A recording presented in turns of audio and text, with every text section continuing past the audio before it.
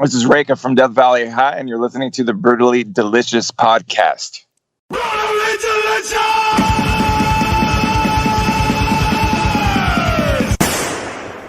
By the way, I forgot I sent you that text. I went down a rabbit hole on the internet, and I almost soiled myself when you called just now because it was so loud. Death metal disco. Oh, geez. Hey, you're listening. They're on a season of Mist, and she gets us a lot of good stuff. So cool. Hey, you're listening to the Brutally Delicious podcast. I'm Bruce, and I'm Chris. Staying alive. Oh my! Today we've got a fantastic show for you. We've got Death Valley High. I think we're speaking to Reyka is the person's name. Reyka? I don't know how familiar you are with these guys, but we've been doing a little research, and they're calling themselves Death Disco. I'm not sure what that is. I think that's what Chris was alluding to with the staying alive, but we should have used the death metal vocals that Riley taught you. Stay alive. That's right, folks. You hear it all here. Before we get into, you come here for top-notch talent. Before we get any further in this, I posted that Sangre one this morning. And actually, I sent Henry an email yesterday and said, "Are you okay if we use the whole thing? Because we got pretty fucked up in the beginning." Like, he was in the shitter. He answered the phone on the fucking toilet. And he said, "Yeah, please go ahead and do it." And I cried so hard laughing when I was putting that thing together. It's pretty funny. If you haven't checked that one out, I know we're plugging Death Valley High here, but go check out the Sangre episode. That one goes completely off the rails in like T-minus 30 seconds. The only safe 30 seconds is when you say, "Hi, I'm Bruce, and I do my stupid Chris thing." That's the only safe part of that whole interview. That is way fucked up, that one. Yeah, very fucked up. Nice guy, though. Oh, super guy. Super guy. So he's hopefully the kind of guy you could pull a hot Carl with and he would laugh, you know. Not actually, I think there's a whole you know. thing. You're like, I came to do this podcast to learn about metal, and so far I've learned about all these bizarre sexual practices. That's awesome. Pretty good. Okay, Death Valley High. Death metal disco. Death metal disco. So here's their using distorted riffs over dance punk beats, and you have Death Valley High. They're calling it the mixtape to a doomsday dance party. The mixtape. Okay, 1 second. I'm just going to hit play here. You won't hear it, please, Bruce. I already did. It's pretty interesting. You won't hear it, but it'll be on the podcast. Yeah, that's fine. So far, there's a kid walking into a house. The name of the song is How to Kill. He's got a backpack on. Ooh, something seems ominous. There's a bag on the table. Oh, Mom left him a clown.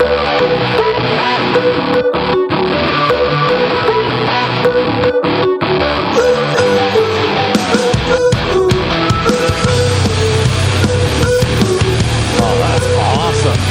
It's really good, right? Yeah. And it's very different. I like it.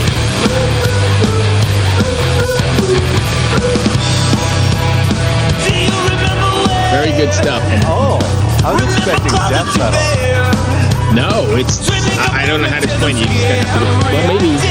Well, maybe... I'm pulling up his Skype address here. Maybe you can explain it for our listeners, because I don't have the words. Okay, well, it just played on the podcast, so you'll hear it on the podcast, most likely, if we have permission to use it. But it sounded like a mixture between Placebo, the Bee Gees, and Limp Bizkit. I don't know if Limp Bizkit's the right one. I like Placebo. That's an odd reference, and I have somewhere along the way I got this video of them, or like a Blu-ray of them live somewhere. That's a fucking great band, dude. I saw them live at this venue in Vancouver called the Commodore, which is always rated one of the best venues in North America. Mm-hmm. But I saw them play at that venue. I hit the floor. I went not really being a fan, and I left not able to not be a fan. That's the best when that happens. Like, I went there and, like, It was about 4 records after A Friend with Weed is a Friend Indeed. That song. Right. Which was a funny song, but you kind of brush it off as kind of gimmicky or whatever. Right. But then, I went and saw them live and they did all this material and I was just like, holy fuck, they were heavy as fuck. Right. And visual too. I like it. Oh yeah. Yeah, it was so good. All right. Shall we get Reyka on the line here? Yeah, let's do it. All right. Let's see what we got. I was because of the name Death, I thought it was going to be like Death and Disco. But it was actually more like fun. I mean, why does death have to be so growly? Death can come in many ways, right? Death can be peaceful.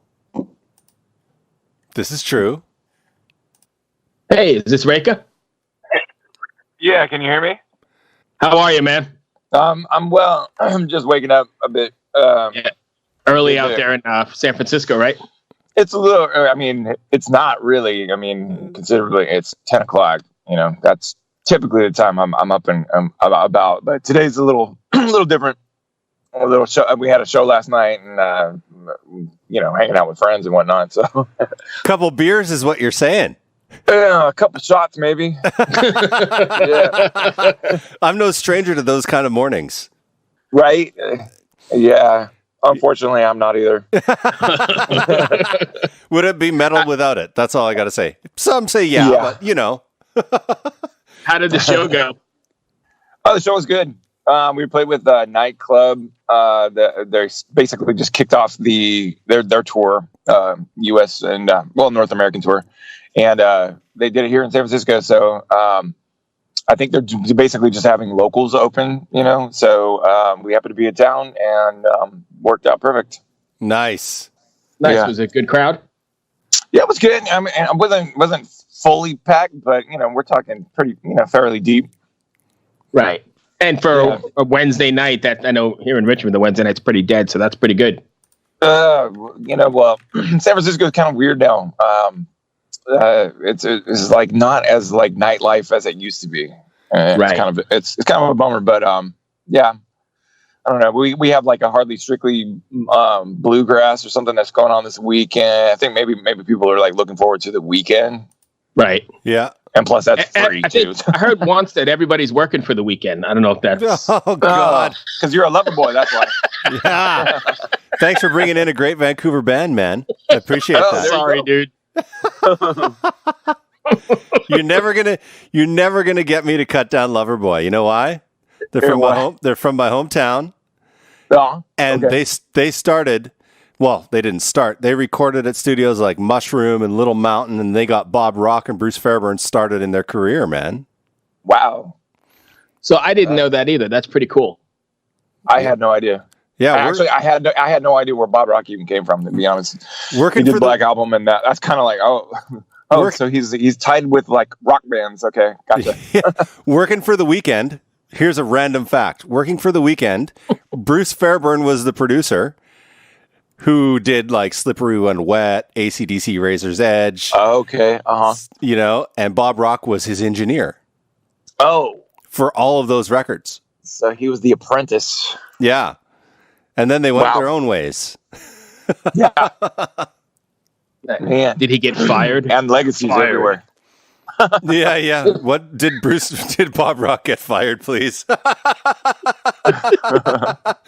Here, let me tell you about a little record he did. It's called Dr. Feelgood. Let me tell you about another one he did. The Black Album. Wow, man. So, Reyka, I'm sorry. As you can tell, this is not your traditional podcast, but hope you can bear with us. No, it's all good. I have to deal with Chris, so we gotta just keep him in line. This is my psychology for helping guests get over hangovers. Yeah, seriously. It's like making my synapses just like bang, bang, bang. Yeah. Can you stop laughing so fucking loud? Gotta kickstart my heart, kickstart my brain. Yeah. Kickstart my beautiful song. Okay, Love it. So why don't you tell us a little bit about your band? Give me your 15-second elevator pitch. Elevator. Oh man, that's an interesting thing. I've never even thought of that in those terms. I know. The elevator pitch. Huh. That would be. We are an electro noise rock band. delving in the darker side of life, reaching in and trying to shed some light in there somewhere. Cool. I Yeah. just heard the first song this morning, which was called. Fuck! It was the first video that showed up on YouTube. Let me grab it here again. Okay. By the way, we were digging the. It was called How to Kill. No. That's fun. That's funny because when you say the first song, I'm going, well, which album? But and then I was thinking, I do the same thing. First song on YouTube is like the kind of like where that's the landing page. Yeah. So it was How to Kill. Starting point. How to Kill. And when I heard it, I was like, the heavy influence is really obvious, but something that I picked up on, which maybe I'm way off base, but I got like this Placebo type kind of vibe from the visuals and from the voice and stuff. Yeah. That's interesting because I have a particularly weird voice. I consider it kind of strange. Yeah. But that's the same thing with Brian from Placebo. It's just one of those things. It's not your traditional rock voice, but I wouldn't say that they were a total influence. But that's pretty awesome. I really dig that comparison. Cool. I mean, I don't think you sound like Placebo. It's just how unique the voice was and the use of the electronics with the heavier music. I was just like, fuck, this is cool. Right on. That's a major, like I said, I'm pretty flattered actually. Thank you. Yeah. You're welcome. Hey, I'm Canadian, okay? I say thanks and sorry a whole fucking lot. Oh, right. We were the build up to this episode. We were actually having quite a bit of fun with Death Disco. As a matter of fact, Chris was kind of, if you listen to this podcast when it comes out, he was doing his version of the death metal Bee Gees. Staying alive. Yeah. For Death Disco. Staying alive. Yeah. We actually a while ago. Excuse me. We did a cover of a Bee Gees song. In fact, and I can't remember which one it was now. Here, let me search it on YouTube. It'll probably be the first one that's there. Yeah, no, it was short lived. Maybe we did 3 shows, and played it, and we never recorded it. So if it's out there, that would be a gem. Man. So are you guys working on anything new now? Yeah, we are. We just released the cover EP. Which has remixes and the cover songs, right. But we are working on. We actually are pretty close to finishing up like a little. I'm going to call it a 7-inch single, I guess a maxi single. So we're going to have 2 new songs and then some more remixes on that, and hopefully that'll be out by the end of the year. Oh, that quick? Yeah. Well, we're gonna. It's strange. We're in the transition period of coming off of Minus Head Records. I'm not really sure if this is going to come out on Minus Head Records, but at the same time, if they want to invest in it, I'm totally fine with that because we've had nothing but a good run with them. So right. We've been just trying to transition out, do more DIY stuff. So basically, go in the studio ourselves. Not with any producers, just myself and the engineers, and cranking stuff out. So, trying to put more content out more consistently rather than a full record. I just don't know if the world is still doing stuff like that. I'm gonna surprise you. Those days are done. Those days are done, right? It's kind of scary, but I feel like if we just keep moving. We will eventually have a full LP, and then we can just wrap it up with the last songs and say, "Here's the record." Yeah, I think the way I kind of see the industry moving right now is bands are gonna get enough music for a set together, obviously, because they have to tour. Sure, but then they're just gonna start releasing one song, like a song a month, so they can stay in people's faces. Really? Yeah. Because people's attention spans right now, they might love you today, but next week they won't remember who you are if you don't stay consistent. Because in front of their face. Like touring is major. But like literally, like what you say, you can be in front of them. They're thinking, "Oh my God, I saw this hot band last night," and then a week later, they're like, "Wait a minute, who was that band again?" So, and unfortunately, if you don't have that content that's out there, something that's new that they latch onto, because having a bunch of albums out is great for us because people can go through the catalog and we get more plays on more streams and whatever. But just to get the new audience and get that old audience really stimulated, you got to have all that new content. Yeah, it's becoming to me a lot more like streaming television. Music is becoming more like streaming television, where they always want the new show.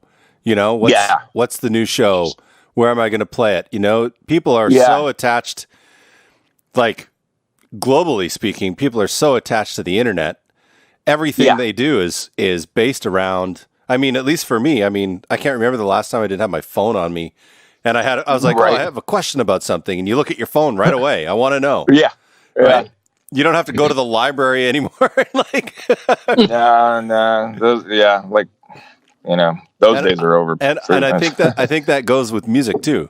People are always like, "Oh, I want to hear a cool song," and it's right there. It's right in there. Yeah. I think that's sort of sad though, because I grew up like it was Tuesday was the day when they were releasing. That was the big day where you waited and you got the record and you sat down with the lyrics. And I think Chris and I have talked about this. You sat down and you listened to the album top to bottom like it was supposed to be sequenced and like you envisioned it. And then, it was a whole experience. Now it's just one song on the fly in the car or something. It's so different. Yeah, band comes out with a song now. I don't even know if they released an album, honestly. I just listened to the track. A lot of times you will go to that track and say like, "Oh, there's a new album out," and then realize, "Oh, it's just a single." There's no additional music accompanying that. Yeah, absolutely. So I think that's why we're the last CD I bought, the last album I actually purchased was when did Gojira Silvera come out? I bought that at their show. Oh yeah. That's the other thing too. I feel like shows are what sell CDs these days. To take home, not even to listen to, just to have a souvenir of the band, and to say like you helped them out, on the road. Absolutely. That's, literally, we still do have, a number of fans that want that tangible, material. But by and largely, we sell CDs on tour, and out of the amount of CDs that you sell on tour, it's like, where are those fans really? Like, Are they even, are they streaming us, or like, did they just toss the CD in the, in their collection and forgot about us already? It's weird. So I heard you say you're going to do a 7-inch, right? Yeah. So that's the idea. And if mine said put it out, I'm gonna hopefully put it to vinyl. Cool. What's your opinion on vinyl? What do you think about it? I think I know there's a kind of a trend for cassettes, but I feel like largely I feel like people like vinyl better. They do. Yeah, I agree. Yeah. Like they probably have a turntable. They probably have like a USB turntable somewhere where they can plug it into their computers or whatever, and then if you have a download code, they've got the souvenir. It's large. It can be kind of shelved discreetly. If you've got a collection, it's just gonna fit right in there. And I feel like it's just something about having music on a large disc like that is just more of a collector's item for people. I think it's cool. I think it's cool, but I often hear people say, "Oh, vinyl sounds so much better," and that's interesting. And I just really don't think it does. Yeah, that's interesting. There's a depth to it, but if it's not pressed at the right place, or like that somebody messed up the mastering, it's not going to sound better. like you have to use the I know proper we're getting into technical terms and shit, but No, you have What to was use the that? proper RIA curve, like the Recording Industry Association of America curve on it. And it's Yeah. like a detailed process to master vinyl. You can't just like throw it in ozone and then toss it on vinyl. It doesn't. Yeah, no, it's not like doesn't here's some work. MP3s and there you go. Yeah. Yeah. So, but yeah, on the proper weight of vinyl, whatever it is, 180 grams or whatever it is, something thicker. Yeah. And then, I mean, you have to have the proper style. I mean, there's so many. My friends hate me for saying that. By the way, they think vinyl rules. But Yeah, I like vinyl. yeah, I'm gonna probably throw some on after these interviews. I do like vinyl. yeah. Bruce is like, "Fuck off, Chris! You're such an asshole." I'm not sure how we even got to do the same podcast together because. Anyways, Bruce, I'm taking up all the time here. No, I'm used to that. Actually, it's fine. Oh, fuck off.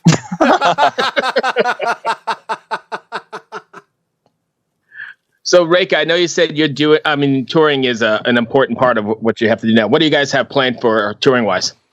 We are going to go out with Silver Snakes, or at least we're planning on that for January. And that's it. We're kind of shut down for the year. Basically, there's just too many obligations, from family and otherwise, that we just need to shut down and concentrate on putting out this new single. Cool. Right. And then tour it next year. So we'll probably just do the U.S. Maybe North America. I'm not totally positive. But and then we're setting sights on a full North American tour, like around March. Oh, wow. Oh, cool. So yeah, That's a big job. yeah. So, but yeah, it's kind of that steady wins the race kind of thing. So Yeah, absolutely. I think a longer plan is better than just like what's out there, what's going on. Let's jump on Right. that, kind of thing. So yeah. So, go ahead, Chris. Sorry. I wasn't going to say anything. Oh, so at this point, we're looking at the 7-inch, maybe some new stuff in January, and then hitting the road. Yep. Mm-hmm. How do you prepare for hitting the road, especially because you guys probably haven't been on the road in a little bit of time, right? How do you prepare for something like that? Shots. Well, we just did about a 10-day run, and it was so close that we were able to, like, 3 of the nights, we were able to actually just run home instead of like staying out on the road. But and so like I don't know if we mentally prepared for it, because it was like it's kind of close. It was just basically it was like 3 states: California, Nevada, and Arizona. Mhm. So there's a mental preparation that has to go into being out for that long. It's kind of like you disassociate with everything, you start to slowly like just chop things off of your normal life, so you can kind of get into the groove of like, the shock of just, not having a home base. The van is your home base. So, Sure. but you make sure that you've got enough, additional battery chargers and all of that for your phone. 'Cause more and more these days, the attachment to the phone is making that home base. It's really strange, but home is where your phone is almost these days. So you could FaceTime and I FaceTime my pets sometimes. I have cats. Right. And I'll be in Germany or whatever, and I'll be like, "Hey, what's up? How you been?" Yeah. My girlfriend's out there holding on the phone, to the cats and stuff. But but yeah, it's really strange that your phone can become your home base these days. So you never really feel like you're that far, because you're always kind of attached to something really familiar. Yeah. And like with all the home security stuff, you can go like look at your cameras at home and be like, oh yeah, the cats are, eating something or like whatever. There's just, I don't know. It's a strange world we live in now. The ability of technology to connect people is amazing. I mean, look at what we're doing right now. Bruce is in Richmond. Yeah. I'm in Washington, D.C., and you're in San Francisco. Yeah. Man. And we're doing this. Clear. We're doing this in real time. Yeah. Yeah. I'm I listen to a few podcasts the same way, and anything else, too. I listen to a lot of news and talk radio, but I find out that the producer is talking on the microphone there in New York. The actual host is like in Philadelphia or something like that, and they're talking to somebody in Canada or something. So yeah. That's awesome. Well, cool. So we're at this little point in the interview where I've got some pretty, I don't know, I guess, effed up questions that I kind of pull out of nowhere. Thanks for leaving out the oct part. Right. So hopefully, I think we've figured out you've got a decent sense of humor. So if you can roll with them, that'd be great. Kind of give fans a chance to get to know you. There's no, you don't have your camera on. I'm watching Chris roll his eyes here, but there's no rules and there's no censorship. So just roll with them, and if you don't like them, we can move on. All right. All right. Where should we start, Chris? Where should we start? What are your thoughts on garden gnomes? Garden gnomes? Yeah. Kind of creepy. Thank you. I don't. They're kind of creepy. Especially the traveling ones. Have you ever seen those? Where it's like somebody takes a picture of a gnome and then all of a sudden it's like somewhere else, like in another country or whatever. Have you seen that? It's bizarre. It's like, there's like, I feel like I'm making it up now, but like it's actually a TV commercial. Like there's like commercial. these traveling gnomes, garden gnomes. It's travel hanging out in Niagara Falls or whatever. Chris is probably going to Google traveling gnomes now. Yeah. I don't know if that's the term, but overall, just that's my feeling towards it. Okay. Yeah. How would you describe the color yellow to somebody who's colorblind? It's ugly. Bright. It's bright and it's cheery and it's like it sucks. All right. Where are you on putting pineapple on pizza? Don't do it. Thank you. Just say no. Just say no. I'm a pizza purist. It's got to be just cheese. I can't even get involved in this pun. This is. Wait, are you saying you put pineapple on your pizza, Chris? Yeah. Fucking rights, I do.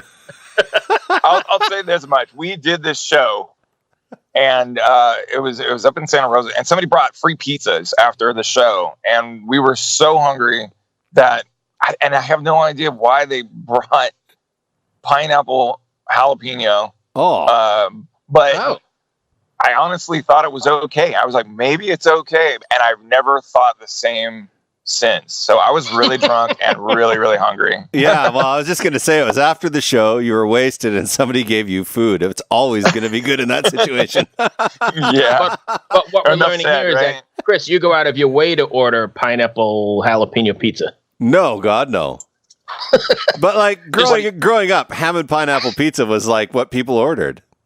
And that's what they do in Canada? In small town Alberta, that's what they did. Yeah, it was a normal thing. I haven't had it in years, but I'm just saying, if it happens, it doesn't disgust me. It happens. When it comes now, I'm more like chicken feta, green pepper. That's more of my jive. Right. I think I'm a pizza purist. It's got to be just pizza. Just pizza. I'm pretty much just like cheese. There was this place, like olives and mushrooms. See, that's me. There was this place, which I can't remember the name of, where I used to live in Vancouver. And when you ordered a fucking pizza, it was a $40 pizza for one large pizza. Wow. But it was the size of a fucking apple pie when you got it. It was it was so fucking good. Was it filled with like pineapple and... It was like cheese, meat, cheese, meat, cheese, meat, cheese, meat, that's nice. All the way up. So it's like a pizza lasagna. It was a heart attack, but it was fucking great. So was that deep dish or like what? I guess you could call it deep dish, but it was like it was insane. Like I was like $40 for this, fuck, and then I pick up one piece and I'm like, holy shit, it's like a 10-pound piece of pizza. I was like, my toilet is not going to be happy tomorrow. Nice. Sorry. Oh my God. I had to go there. We usually go there all the time. Yeah. Hey, so one last one. What would fans be surprised to find on your iPod or MP3 playlist? Oh, man. God, on my playlist, I know I've got some skeletons, for sure. I guess if they actually looked at my history, they would probably find Justin Bieber in my history. Yeah, that's kind of strange. Just in my history, yeah, because I heard a song in the I don't know, Target or something store, and I was like, oh yeah, that was a good song. So I went and looked it up and played it in the car just thereafter. So I have an appreciation for Justin. It was the Biebs. The Biebs. Yeah, that's pretty bad. I mean, music is music. You like all kinds of stuff. So hey, you can admit you like the Biebs. I mean, all good. It's all good around here. Hey, this is Reyka from Death Valley High, and you're about to hear "Cruel Summer" with Honey and Elias.